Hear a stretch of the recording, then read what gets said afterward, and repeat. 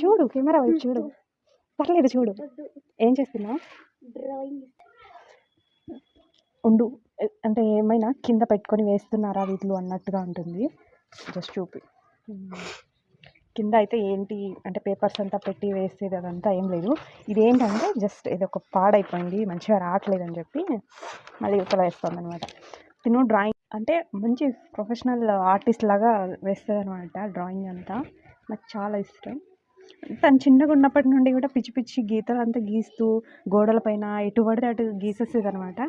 మా అమ్మ వాళ్ళు కానీ ఎవరు కూడా తన్ని స్టాప్ చేసేవాళ్ళు కాదు. మా నాన్న బాగా ఎంకరేజ్ చేస్తారు తనని. అంటే స్కెచ్ పెన్స్ తెచ్చియడం కానీ, A4 షీట్స్ తెచ్చియడం కానీ, ఈ డ్రాయింగ్లో ఎంకరేజ్ చేయడం. తను ఇంత బాగా వేయగలుగుతుందంటే ముఖ్య కారణం మా నాన్నే. చాలా ఎంకరేజ్ చేస్తారు తనని. స్కెచ్ పెన్స్ కానీ, సిజర్స్, ఎనీథింగ్ తనకి అంటే చెప్పకుండా సర్ప్రైజ్గా తెచ్చిస్తారనమాట. ఇది నీకు డ్రాయింగ్